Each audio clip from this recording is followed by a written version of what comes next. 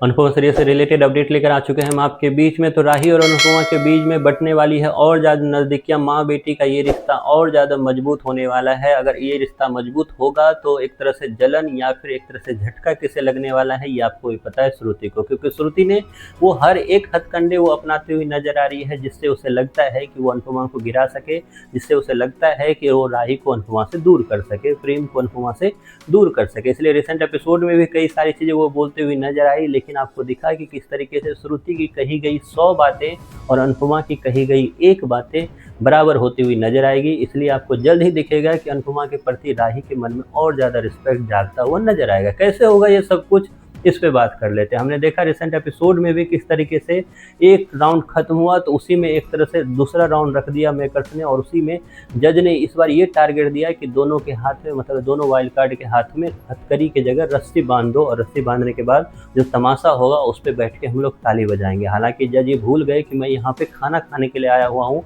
खाना बना के खिलाओ भाई, घर जाओ वापस, ये क्या रस्सी रस्सी खेल रहे हो, ये समझ से बाहर है। लेकिन जज को हंसना ज़्यादा पसंद है, जज को ये अटखेलियाँ करना ज़्यादा पसंद है। इसलिए जज ने क्या कर दिया, दोनों एक बड़ी बुजुर्ग जो महिलाएं हैं खास करके, जिनको ये सब करने में मज़ा आ रहा है, उनको ये सब चीज़ करते हुए नजर आए। हालांकि दोनों महिलाओं को देखकर, मतलब दोनों बुजुर्ग महिलाएं, फिर चाहे वो लीला हो या फिर वसुंधरा कोठारी हो, दोनों का रूप देखकर आप भी उतने ही चौंकने वाले होंगे जितना मैं चौंका हूँ। क्योंकि दोनों का रूप इससे पहले कभी भी ऐसा नहीं दिखा है। जिस तरीके से वसुंधरा कोठारी डरी सहमी सी थी, मानो इस तरीके का इंसान तो कभी देखा ही नहीं। वहीं पर जिस तरीके से लीला का किरदार था वो काफ़ी ज़्यादा मैचिंग था, लेकिन वसुंधरा कोठारी ने जिस तरीके से अपने फेस को या फिर अपने कैरेक्टर को स्विच किया है वो सच में काबिल तारीफ थी। हालांकि अब आगे क्या होगा उसमें आपने साफ देखा कि किस तरीके से हाथ में रस्सी बंधने के कारण दोनों में काफ़ी ज़्यादा लड़ाइयाँ होती है, दोनों में एक दूसरे को लेकर टकराहट भी होती है। लेकिन इसी दौरान वो टास्क आता है जिसमें नमक चुरा लेती है अनुपमा की टीम, तो वहीं पर प्रेम की टीम में प्रेम ही खुद जाकर वहां से बेसन चुरा कर लेकर आया। दोनों मेजर इंग्रेडिएंट्स हैं उस डिश के लिए, लेकिन यहाँ पर अनुपमा की महानता जागती है।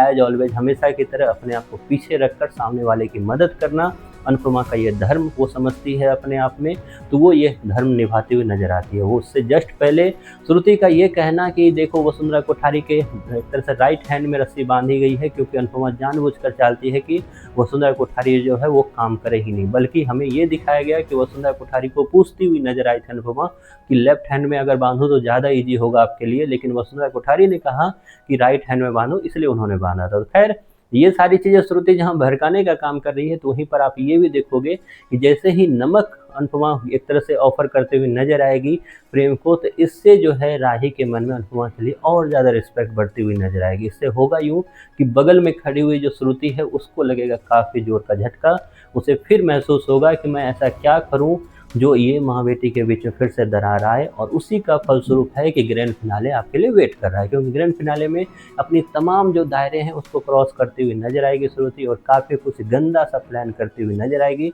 जिसमें एक आखिरी मौका, एक आखिरी वक्त होगा जिसमें वो चाहेगी कि राही और अनुपमा हमेशा के लिए एक दूसरे से अलग हो जाए। अब वो आखिरी दाव क्या सही बैठता है श्रुति का, या फिर उस आखिरी दाव से श्रुति का ही पत्ता कट जाता है, ये तो टाइम बताएगा। लेकिन आपको इतना तो जरूर है कि ग्रैंड फिनाले अगर हो जाए तो आप भी अपने घर में भगवान के आगे हाथ जरूर जोड़ लेना कि फाइनली ग्रैंड फिनाले हो गया। अब जीतना हारना दूर की बात है, बस ग्रैंड फिनाले करके ख़त्म करो इस कहानी को, ये आपकी एक तरह से दरख्वास्त होनी चाहिए। आप कितने एक्साइटेड हो ये आप जरूर कमेंट बॉक्स में बताएं।